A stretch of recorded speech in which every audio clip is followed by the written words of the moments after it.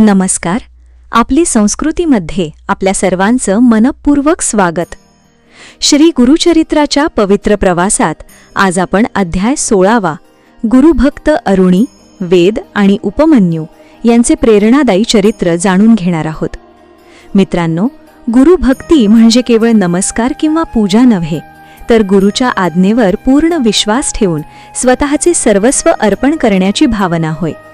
या अध्यायात आपण पाहणार आहोत की अरुणी, वेद आणि उपमन्यू या 3 शिष्यांनी आपल्या गुरूंच्या आज्ञेचे पालन करण्यासाठी किती कठोर परीक्षा दिल्या आणि गुरुकृपेने ज्ञानप्राप्ती कशी केली.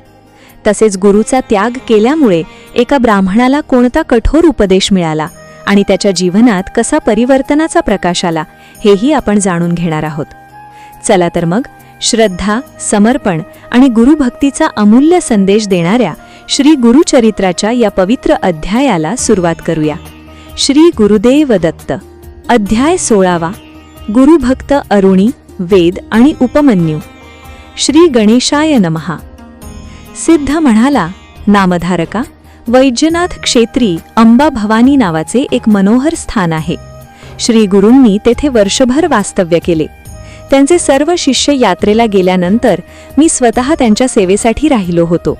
एके दिवशी एक ब्राह्मण साधक श्री गुरूंकडे आला व म्हणाला, स्वामी, मी बरीच साधना केली पण ज्ञान झाले नाही, त्यामुळे मनःशांती नाही. कृपया मला मार्ग दाखवा. माझे गुरु निष्ठुर आहेत. त्यांनी मला ज्ञान दिले नाही, कष्टवून मात्र घेतले. त्यामुळे मी रागाने त्यांचा त्याग करून आलो आहे. तेव्हा श्री गुरु म्हणाले, अरे ब्राह्मणा, गुरुचा त्याग म्हणजे आत्मघात. माझ्या दृष्टीने तू गुरुद्रोही आहेस. जो गुरुला सर्व भावे शरण जातो, गुरु आज्ञेचे तत्परतेने पालन करतो, त्या शिष्याला ज्ञान, सिद्धी, देवांचे आशीर्वाद या सर्व गोष्टी अनायासे प्राप्त होतात. मी तुला आदर्श गुरुभक्तीचे एक उत्तम उदाहरण सांगतो, ऐक. द्वापार युगात द्वारकेत धौम्य नावाचे ऋषी राहत होते. त्यांचे अनेक शिष्य होते. अरुणी, वेद आणि उपमन्यू हे त्यांपैकीच तिघे. धौम्यांनी अरुणीला शेताला पाणी देण्यास सांगितले. अरुणी शेतावर गेला. जवळच एक कालवा वाहत होता. एवढ्या मोठ्या शेताला पाणी द्यायचे तर त्याचा प्रवाह बांधाराने अडविणे आवश्यक होते. अरुणीने जागा निवडली आणि शिळा टाकून बांधारा घालण्याचा प्रयत्न करू लागला. पण पाण्याच्या जोरामुळे बांधारा टिकेना.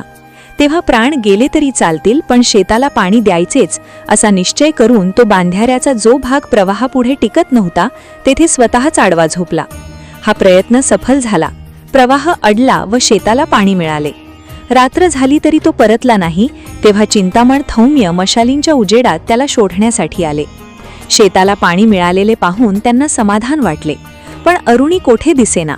त्यांनी हाका मारल्या तेव्हा अरुणी प्रवाहातून बाहेर आला. तो थंडीने गारठून गेला होता, पण त्याच्या मुखावर कर्तव्यपूर्तीचे समाधान होते. सर्व प्रकार धौम्यांच्या लक्षात आला. गुरु कार्यासाठी प्राणांचीही पर्वा न करणाऱ्या अरुणीला त्यांनी वात्सल्याने जवळ घेतले व आपला वरदहस्त त्याच्या मस्तकी ठेवला. त्यांच्या आशीर्वादाने तो तत्काळ महाज्ञानी झाला. धौम्यांनी वेदाला त्या शेतातील साळीच्या पिकाची राखण करण्यास सांगितले. पीक तयार झाले, मग त्याने कापणी व झोडपणी करून खळ्यात धान्याची रास तयार केली. मग तो आश्रमात आला. धौम्यांनी त्याला रेडा जुंपिल्या एक गाडा दिला. तो घेऊन तो शेतात गेला. त्यात 2 खंडी साळी भरली व आश्रमाकडे निघाला. पण रेड्याला गाडा ओढवेना. मग जोखतात मान अडकवून तोही गाडा ओढू लागला. मार्गात रेडा चिखलात रुतला. वेदाने त्याला सोडले. महत् प्रयासाने गाडा बाहेर काढला. रेड्याच्या गळ्यातील फास स्वतःच्या गळ्याभोवती बांधला आणि खांद्यांचा आधार देऊन तो गाडा कसाबसा ओढत आश्रमात आणला. धौम्यांनी धावत जाऊन त्याच्या गळ्याभोवती आवळलेला फास सोडवला. स्वहस्ते त्याचा घाडम पुसला. त्याच्या भक्तीने प्रसन्न झालेल्या धौम्यांनी त्यालाही वरदान देऊन वेदशास्त्र संपन्न व महाज्ञानी केले. उपमन्यू धौम्यांची गुरे राखायचा.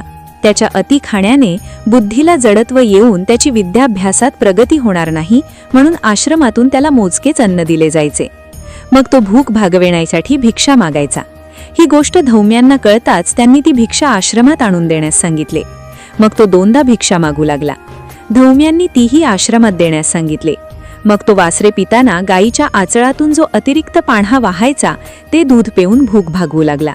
धौम्यांनी त्यालाही प्रतिबंध केला. एकदा त्याने रुईच्या झाडातून ओघळणारा चीकच द्रोणात गोळा करून दूध समजून प्राशन केले. त्याचा काही अंश त्याच्या डोळ्यात गेल्याने त्या सांधत्व आले. तो रानामध्ये चापचपटत हिंडू लागला. तेथे अडखळून एका आडात पडला. आता गुरे वासरे हरवतील या चिंतेने रडू लागला. रात्री धौम्यांनी शोध घेऊन त्याला हुडकवून काढले. उपमन्यूने त्यांना सर्व प्रकार सांगितला. धौम्यांनी त्याला अश्विनी कुमारांचे स्मरण करण्यास सांगितले. त्यांच्या कृपेने उपमन्यूला पुन्हा दृष्टी आली. तो आडातून बाहेर आला. उपमन्यू अत्यंत प्रामाणिक आणि भोळा होता. त्याने भूक भागविण्यासाठी अन्य पर्याय शोधले, पण गुरु आज्ञेचे कधीही उल्लंघन केले नाही. त्यामुळे प्रसन्न झालेल्या धौम्यांनी त्यालाही ज्ञानसंपन्न केले. या उपमन्यूची खूप कीर्ती झाली. श्री गुरु म्हणाले, हे ब्राह्मणा, विनम्र भाव आणि पराकोटीची श्रद्धा असणाऱ्यांना गुरुकृपेची लवकर प्रचिती येते, पण तुझ्यासारख्या अधमाला शेवटी नरकच प्राप्त होणार. तो ब्राह्मण पश्चातापाने प्राणत्यागास उद्युक्त झाला. त्याचा मनोभाव जाणून श्री गुरूंनी त्याचे सांत्वन केले. आपला वरद हस्त त्याच्या मस्तकी ठेवून त्याला सज्ञान केले. मग श्री गुरूंच्या आज्ञेने त्याने त्याच्या श्री गुरूंची क्षमा मागितली आणि निर्मळ भावाने त्यांची सेवा करू लागला. त्यानंतर श्री गुरूंनी कृष्णा नदीच्या पश्चिम तीरावर बसलेल्या भिलवडी ग्रामी वास्तव्य केले. मित्रांनो, अध्याय 16 आपल्याला शिकवतो की गुरुवरील अखंड श्रद्धा, निस्वार्थ सेवा आणि पूर्ण समर्पण यामुळे अशक्य वाटणाऱ्या गोष्टीही सहज साध्य होतात. अरुणीची कर्तव्यनिष्ठा, वेदाची अथक सेवा आणि उपमन्यूची आज्ञाधारकता आपल्याला सांगते की गुरुकृपेचा मार्ग हा संयम, विश्वास आणि सेवेतूनच खुला होतो. जर हा अध्याय तुम्हाला आवडला असेल आणि त्यातून काहीतरी शिकायला मिळाले असेल तर व्हिडिओला लाईक करा, आपल्या मित्रपरिवारासोबत शेअर करा आणि आपली संस्कृती चॅनलला सबस्क्राईब करून बेल आयकॉन नक्की दाबा. तुमच्या प्रतिक्रिया आणि अनुभव आम्हाला कमेंटमध्ये जरूर कळवा. पुढील भागात श्री गुरुचरित्रातील आणखी एका दिव्य आणि प्रेरणादायी अध्यायासह पुन्हा भेटूया. तोपर्यंत श्री गुरुदेव दत्त.